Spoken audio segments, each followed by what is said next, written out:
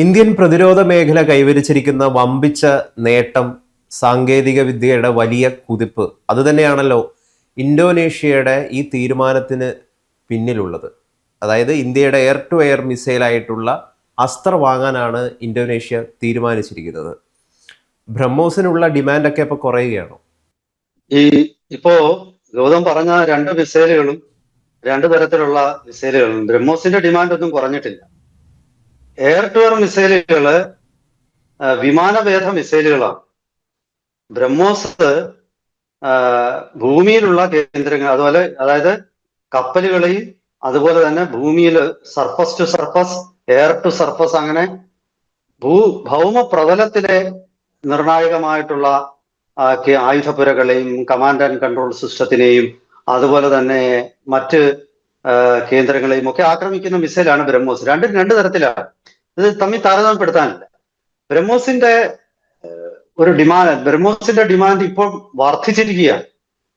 ബ്രഹ്മോസ് ശരിക്കും ഇന്തോനേഷ്യ ബ്രഹ്മോസ് വാങ്ങിക്കാനായിട്ട് ഇപ്പൊ തീരുമാനിച്ചിരിക്കുന്നു. വിയറ്റ്നാം, ഫിലിപ്പൈൻസ് നേരത്തെ തന്നെ വാങ്ങിച്ചിരിക്കുന്നു. വിയറ്റ്നാമുമായിട്ട് കരാർ ഒപ്പിട്ടിരിക്കുന്നു. ശരിക്കും ഇന്ത്യക്ക് ബ്രഹ്മോസ് ഇന്ത്യ കൊടുക്കാമെന്ന് പറഞ്ഞാൽ വാങ്ങിക്കാൻ ലോകത്തിലെ വളരെ കുറച്ച് രാജ്യങ്ങളെ വേണ്ടെന്ന് പറയത്തു. ആ സ്ഥിതിയിൽ എത്തിയിരിക്കുക. പക്ഷെ ബ്രഹ്മോസിന്റെ കാര്യത്തിൽ അത് റഷ്യയുമായിട്ട് ചേർന്ന് ഉള്ള ഒരു സംയുക്ത സംരംഭമാണ്. ടെക്നോളജി ആദ്യം റഷ്യയാണ് തന്നത്, പിന്നീടാണ് അത് ഫൈൻ ട്യൂൺ ചെയ്ത് ഇന്ത്യ അത് മെച്ചപ്പെടുത്തിയത്. പക്ഷെ ഇപ്പോ നമുക്ക് കിട്ടിയിരിക്കുന്ന ഓർഡറുകളും അത് അസ്ത്ര എന്നത് ഇന്ത്യ സ്വന്തമായിട്ട് നിർമ്മിച്ച മിസൈലാണ്. അത് ഒരു വിമാനത്തിൽ നിന്നും മറ്റൊരു വിമാനത്തിനെതിരെ പ്രയോഗിക്കുന്ന എയർ ടു എയർ മിസൈൽ എന്ന് പറയും. ബിയോണ്ട് വിഷ്വൽ റേഞ്ച് മിസൈൽ എന്ന് വേറൊരു പേര് അതിനുണ്ട്. ബിയോണ്ട് വിഷ്വൽ റേഞ്ച് എന്ന് പറയുന്നത് പഴയ കാലത്ത് കണ്ണിൽ കാണാവുന്ന ദൂരത്തിലുള്ള, ചെറിയ ദൂരത്തിലുള്ള, അതായത് ഒരു 20-30 കിലോമീറ്റർ ദൂരം മാത്രം പോകുന്ന മിസൈലുകളായിരുന്നു വിമാനങ്ങളിൽ ഉണ്ടായിരുന്നത്. ശത്രു വിമാനങ്ങൾ അടുത്തെത്തുമ്പോൾ പീരങ്കി കൊണ്ട് വെടിവെക്കുന്നു. രണ്ടാം ലോക മഹായുദ്ധകാലത്ത് അതിനുശേഷം പിന്നീടുണ്ടായ ഒരു വികസനമാണ് എയർ ടു എയർ മിസൈൽ. പക്ഷെ ഇപ്പോഴതല്ല. ഈ 80 കിലോമീറ്റർ തൊട്ട് മുകളിലോട്ട് റേഞ്ച് ഉള്ളവയാണ് ഇപ്പോഴത്തെ എയർ ടു എയർ മിസൈൽ എല്ലാം തന്നെ. ആദ്യം തന്നെ അമേരിക്കയുടെ ആസ്രാം എന്ന് പറയുന്ന മിസൈൽ, ASARAAM, ആസ്രാം എന്നൊരു മിസൈലായിരുന്നു. ആ ആസ്രാം മിസൈലാണ് 2019 ബാലാക്കോട്ട് ആക്രമണ സമയത്ത് അത് ഉപയോഗിച്ചാണ് പാകിസ്ഥാൻ ഇന്ത്യയുടെ MiG-21 തകർത്തത്. അങ്ങനെയാണ് നമ്മുടെ ഒരു പൈലറ്റ് പാകിസ്ഥാനിൽ അകപ്പെട്ടു പോയത്. പക്ഷെ പിന്നീട് നമ്മളത് തിരിച്ചറിയുന്നു. നമ്മുടെ കൈവശമുള്ള പഴയ റഷ്യയുടെ R-77 എന്ന് പറയുന്ന മിസൈലിന് ഒരു 60 കിലോമീറ്റർ ഒക്കെ വരെ റേഞ്ച് ഉള്ളൂ. പക്ഷെ ആസ്രാമിന് 80 കിലോമീറ്ററിലധികം റേഞ്ച് ഉണ്ട്. അങ്ങനെ ഇന്ത്യ ശ്രദ്ധിക്കാതിരുന്ന ഒരു മേഖലയിലെ മിസൈലാണ് ഈ അസ്ത്ര മിസൈൽ. അപ്പൊ അസ്ത്ര മിസൈല് നമുക്ക് തീർച്ചയായിട്ടും അതിൽ അഭിമാനം കൊള്ളാം. അസ്ത്ര മിസൈല് തദ്ദേശീയമായ ടെക്നോളജിയിൽ നമ്മൾ തന്നെ വികസിപ്പിച്ചെടുത്ത മിസൈലാണ്. അത് ഇപ്പൊ വലിയ മുന്നേറ്റം ആ മിസൈലിന്റെ കാര്യത്തിൽ നടത്തിയിട്ടുണ്ട് നമ്മള്. പക്ഷെ ഇപ്പൊ നമ്മൾ വിൽക്കാൻ പോകുന്നത് യഥാർത്ഥത്തിൽ അസ്ത്ര MK1 എന്നുള്ള 110 കിലോമീറ്റർ റേഞ്ചുള്ള മിസൈലാണ്. ഇന്ത്യ ഇപ്പോൾ ഇതിന്റെ റേഞ്ച് 110-ൽ നിന്നും 160 ഇപ്പോൾ ഏറ്റവും ഒടുവിൽ വർദ്ധിപ്പിച്ചിട്ടുണ്ട്.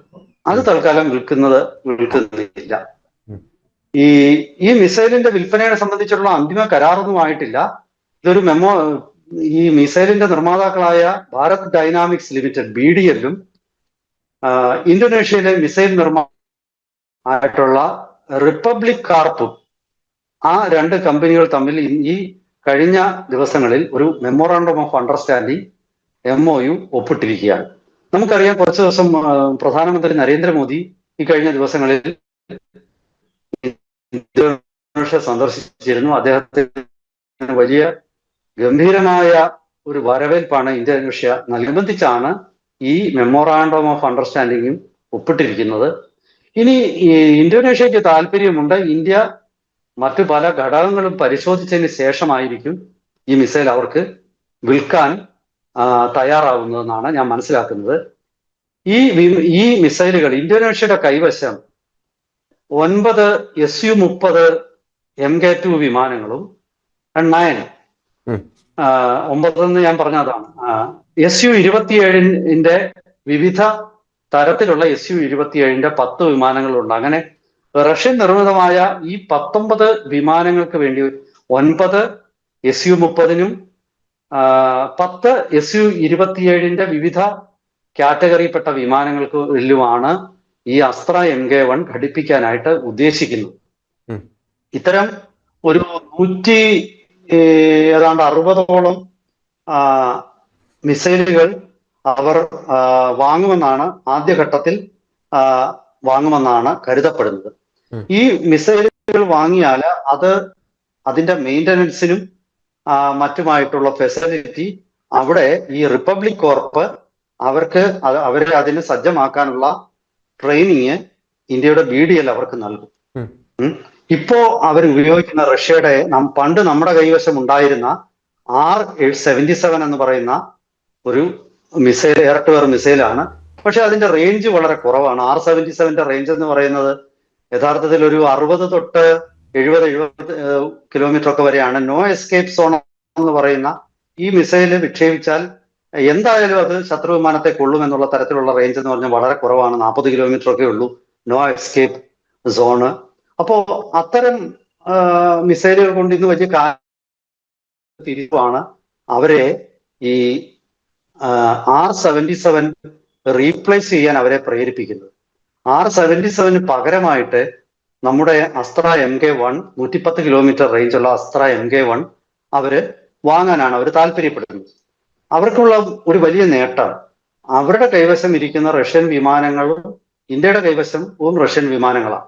അപ്പം ഈ വിമാനങ്ങളിൽ ഇന്റഗ്രേറ്റ് ചെയ്യാൻ ഇതിന്റെ ഈ സോഫ്റ്റ്വെയർ സംയോജിപ്പിക്കാൻ വളരെ എളുപ്പമാണ്. അത് ഇന്ത്യക്ക് വളരെ ഈസി ആയിട്ട് ചെയ്യാൻ പറ്റും.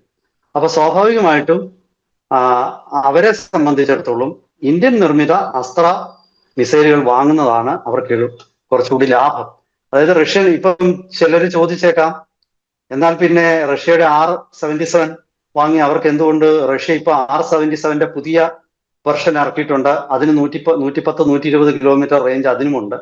എങ്കിൽ എന്തുകൊണ്ട് ആ മിസൈൽ വാങ്ങിച്ചുകൂടാ എന്നുള്ളത് അവിടെ നോക്കുമ്പോൾ ആ മിസൈലിന്റെ വിലയേക്കാൾ വളരെ കുറവാണ് ഇന്ത്യൻ നിർമ്മിത മിസൈലിന്റെ വില. സ്വാഭാവികമായിട്ടും നമുക്കറിയാം, പാശ്ചാത്യ രാജ്യങ്ങളുടെ ആണെങ്കിലും റഷ്യയുടെ ആണെങ്കിലും ആയുധങ്ങളാണെങ്കിലും അതുപോലെ മറ്റ് ഉപകരണങ്ങളാണെങ്കിലും അതിനേക്കാൾ ചെലവ് കുറവാണ് ഇന്ത്യയുടെ നിർമ്മാണ മേഖലയിൽ, ഉത്പാദന മേഖലയിൽ. അപ്പൊ അക്കാരണം കൊണ്ട് തന്നെ സ്വാഭാവികമായിട്ടും വില കുറഞ്ഞ മിസൈലായിരിക്കും ഇന്ത്യ നിർമ്മിക്കുന്നത്. അത് അവരെ സംബന്ധിച്ചിടത്തോളം വലിയൊരു നേട്ടമാണ്. പിന്നെ മറ്റൊരു കാര്യം, ഈ ഇന്ത്യയുടെ മിസൈൽ റഷ്യയുടെ ഈ R-77ന്റെ പുതിയ വെർഷനേക്കാൾ കുറച്ചുകൂടെ മികച്ചതാണെന്നാണ് പല സൈനിക നിരീക്ഷകരും അഭിപ്രായപ്പെട്ടിട്ടുള്ളത്. ആക്റ്റീവ് റഡാർ സീക്കർ എന്ന ഈ ലക്ഷ്യസ്ഥാനത്തെ കണ്ടുപിടിക്കാനുള്ള ഒരു സംവിധാനം, അതുപോലെ ഈ GPS അല്ലെങ്കിൽ മറ്റ് ഗൈഡൻസ് സിസ്റ്റംസിനുമായിട്ടുള്ള കണക്ഷൻ ഇലക്ട്രോണിക് വാർഫെയർ യുദ്ധം മൂലം നഷ്ടപ്പെട്ടാലും തനിയെ മുന്നോട്ട് പോകാൻ സാധിക്കുന്ന ഇനർഷ്യൽ നാവിഗേഷൻ എന്ന സിസ്റ്റം, അതായത് ഭൗമ ഉപരിതലത്തെ ലാൻഡ്മാർക്കുകളും ഫോട്ടോകളും വെച്ചിട്ട് വളരെ കൃത്യമായിട്ട് മുന്നോട്ട് നീങ്ങാനുള്ള ശേഷിയുള്ള ഇനർഷ്യൽ നാവിഗേഷൻ, അതിൽ ഫീഡ് ചെയ്തിരിക്കുന്ന വിവരങ്ങൾ അനുസരിച്ച് നീങ്ങാൻ പറ്റുന്ന ഇനർഷ്യൽ നാവിഗേഷൻ സിസ്റ്റവും ഈ മിസൈലിലുണ്ട്. അപ്പൊ മിസൈലിന് സാറ്റലൈറ്റ് വഴിയും കൺട്രോൾ ചെയ്യാം. അത് ഡിലേ ചെയ്യപ്പെടുന്ന അല്ലെങ്കിൽ അത് ഇലക്ട്രോണിക് യുദ്ധത്തിന്റെ ഫലമായിട്ട് അതിന് തടസ്സം നേരിടുന്ന സാഹചര്യങ്ങൾ സ്വയം മുന്നോട്ട് പോകാൻ പറ്റുന്ന ഇനർഷ്യൽ നാവിഗേഷൻ സിസ്റ്റവും ഒക്കെ ഈ മിസൈലിലുണ്ട്. ഖര ഇന്ധനമാണ്, അതിനാൽ തന്നെ ഇത് ഓൾറെഡി കാനിസ്റ്ററുകളിലാക്കി സൂക്ഷിച്ചു വെക്കാനുള്ള സൗകര്യമുണ്ട്. മിഡ് കോഴ്സ് അപ്ഡേറ്റ് എന്ന് പറയുന്ന ഈ ലക്ഷ്യസ്ഥാനത്തെ കുറിച്ച് ഇതിനെ കുറച്ചുകൂടി പകുതി ദൂരമൊക്കെ പിന്നിടുമ്പോഴേക്കും ഇതിന് അപ്ഡേഷൻ കൊടുക്കാനുള്ള ഒരു സാഹചര്യം അല്ലെങ്കിൽ അങ്ങനെയുള്ള കാപ്പബിലിറ്റി ഇതിനുണ്ട്. ഇപ്പൊ ചുരുക്കി പറഞ്ഞാൽ ഇതൊരു പ്രിഫറബിൾ ഓപ്ഷൻ ആണ് എന്ന് പല രാജ്യങ്ങളും തീരുമാനിക്കുന്ന അവസ്ഥയിലേക്കാണിത്. ഇപ്പോ ഈ മേഖലയിൽ ഈ ഒരു കച്ചവടം നടക്കുകയാണെങ്കിൽ ശരിക്കും പറഞ്ഞാൽ അത് ഇന്ത്യക്ക് ഒരു കുതിച്ചുചാട്ടമാവും. ഞാൻ ആദ്യമേ പറഞ്ഞു, ബ്രഹ്മോസ് നമ്മുടെ സ്വന്തം മിസൈലാണെന്ന് നമുക്ക് പറയാൻ പറ്റും. ഇത് നമ്മുടെ സ്വന്തം മിസൈലാണ്. ഇത് മാത്രമല്ല, സ്വന്തം മിസൈൽ ഇപ്പോൾ ഒരു ഉദാഹരണം ഞാൻ പറഞ്ഞാൽ ആകാശ് മിസൈൽ ഡിഫൻസ് സിസ്റ്റം, അതുപോലെ പ്രളയ് ബലിസ്റ്റിക് മിസൈൽ, അതുപോലെ തന്നെ നമ്മുടെ Pinaka multi barrel rocket system, ഇതൊക്കെ തന്നെ കിഴക്കൻ യൂറോപ്യൻ രാജ്യമായ അർമീനിയ ഇപ്പോൾ ഇന്ത്യയുടെ കയ്യിൽ നിന്ന് വാങ്ങിച്ചിട്ടുണ്ട്. അതുപോലെ തന്നെ പിന്നെ ഗ്രീസും ഇത് വാങ്ങിക്കുകയാണ്. ഇന്ത്യയുടെ ക്രൂയിസ് മിസൈൽ ആയിട്ടുള്ള നിർഭയ് ക്രൂയിസ് മിസൈലിന് ആവശ്യക്കാർ ധാരാളം. ഇതെല്ലാം തന്നെ ടെക്നോളജി ഇന്ത്യയുടെയാണ്. ബ്രഹ്മോസ് എന്ന ആ ഒരു മിസൈലിന്റെ ടെക്നോളജി മാത്രമേ ഉള്ളൂ, റഷ്യൻ ടെക്നോളജി. പക്ഷെ അങ്ങനെയൊക്കെ ആണെങ്കിലും സെൻസറുകൾ ഉൾപ്പെടെ ഉള്ളത് ഇന്ത്യ സ്വന്തമായിട്ട് നിർമ്മിച്ചു. ആദ്യം നമ്മൾ ആ ബ്രഹ്മോസിൽ ഉപയോഗിച്ചുകൊണ്ടിരുന്ന റാംജെറ്റ് എഞ്ചിന് റഷ്യയിൽ നിന്നും ഇറക്കുമതി ചെയ്യുന്നതായിരുന്നു. പക്ഷെ ഇപ്പൊ ഇന്ത്യ സ്വന്തമായിട്ട് നിർമ്മിക്കുന്ന റാംജെറ്റ് എഞ്ചിനാണ് ബ്രഹ്മോസിൽ ഉപയോഗിക്കുന്നത്. അപ്പൊ ചുരുക്കി പറഞ്ഞാൽ ഒറിജിനൽ P-800 ഓങ്സ് എന്ന് പറയുന്ന ബ്രഹ്മോസിന്റെ പൂർവ്വരൂപത്തിൽ നിന്നും വളരെയധികം ഇഫക്റ്റീവ് ആയിട്ടുള്ള മിസൈലായിട്ട് ബ്രഹ്മോസ് മാറിയത് ഇന്ത്യൻ ടെക്നോളജി അതിൽ ഇൻകോർപ്പറേറ്റ് ചെയ്തുകൊണ്ടാണ്. ഇപ്പൊ ചുരുക്കി പറഞ്ഞാൽ ഇത് ഇന്ത്യയെ സംബന്ധിച്ചിടത്തോളം ഇന്ത്യ ഒരു മികച്ച ആയുധ കയറ്റുമതി രാഷ്ട്രമായിട്ട് രൂപാന്തരപ്പെടുന്നതിന്റെ ഒരു സൂചനയും കൂടിയാണ് നമ്മുടെ ഒരു എയർ ടു എയർ മിസൈല് മറ്റൊരു രാജ്യം ആവശ്യപ്പെടുന്നത്. ശരിക്കും ലോകത്തിൽ വളരെ കുറച്ച് രാജ്യങ്ങൾക്ക് മാത്രമേ air to air missile technology ഉള്ളൂ. അത് ഇന്ത്യ, ചൈന, അതുപോലെ തന്നെ US, ഫ്രാൻസ്, പിന്നെ റഷ്യ, ഇങ്ങനെയുള്ള രാജ്യങ്ങൾക്ക് മാത്രമേ എയർ ടു എയർ മിസൈലുകൾ ഉണ്ടാക്കിയിട്ടുള്ളൂ. എയർ ടു എയർ മിസൈലിന്റെ എഞ്ചിൻ നിർമ്മിക്കുന്ന അത്ര എളുപ്പമുള്ള കാര്യമല്ല. Single pulse, double pulse, multi pulse അങ്ങനെ പറയുന്ന എഞ്ചിനുകളുണ്ട്. അതുകൂടാതെ റാംജെറ്റ് ഉണ്ട്. ചുരുക്കി പറഞ്ഞാല് ഇന്ത്യയുടെ പ്രതിരോധ മേഖലയുടെ ഒരു മെച്വർ സ്റ്റേജിലേക്ക് ഇന്ത്യയുടെ പ്രതിരോധ മേഖല എത്തുന്നു എന്നുള്ളതിന്റെ സൂചനയാണ് നമ്മുടെ എയർ ടു എയർ മിസൈലുകൾ വാങ്ങാനായിട്ട് പല രാജ്യങ്ങളും താല്പര്യം പ്രകടിപ്പിക്കുന്നത്. ഇത് കൂടി ഇപ്പോ ഞാൻ ഈ പറഞ്ഞ ഈ അസ്ത്ര MK1 അതിന്റെ പുതിയ വെർഷന് ഇപ്പൊ ഇന്ത്യ വിൽക്കാൻ പോകുന്നത് 110 കിലോമീറ്റർ റേഞ്ചിന്റെയാണ്. നമ്മുടെ കൈവശം ഇപ്പോൾ നമ്മുടെ വിമാനങ്ങൾ ഘടിപ്പിച്ചിരിക്കുന്നത് 160 കിലോമീറ്റർ റേഞ്ചിന്റെയാണ്. MK2 ഇപ്പോൾ തന്നെ അത് പരീക്ഷണങ്ങളൊക്കെ കഴിഞ്ഞിട്ട് വിജയകരമായിട്ട് നടത്തിയിട്ടുണ്ട്. അത് വീണ്ടും അതിന്റെ പരീക്ഷണങ്ങൾ പൂർത്തിയാകുമ്പോൾ അത് വ്യോമസേനയുടെ ഭാഗമാകും. അതിന് 220 തൊട്ട് 240 കിലോമീറ്റർ റേഞ്ച് ഉണ്ട്. MK3 വരാനിരിക്കുന്നു. അതിന് ഏതാണ്ട് 400 കിലോമീറ്റർ ഓളം റേഞ്ച് വരുന്ന ഒരു മിസൈലാണ് അസ്ത്ര MK3. ഇന്ത്യ ഇപ്പോൾ 500 കിലോമീറ്ററിന് മുകളിൽ റേഞ്ചുള്ള അസ്ത്ര 4 നിർമ്മിക്കാനുള്ള ശ്രമങ്ങൾ തുടങ്ങിക്കഴിഞ്ഞിരിക്കുകയാണ്.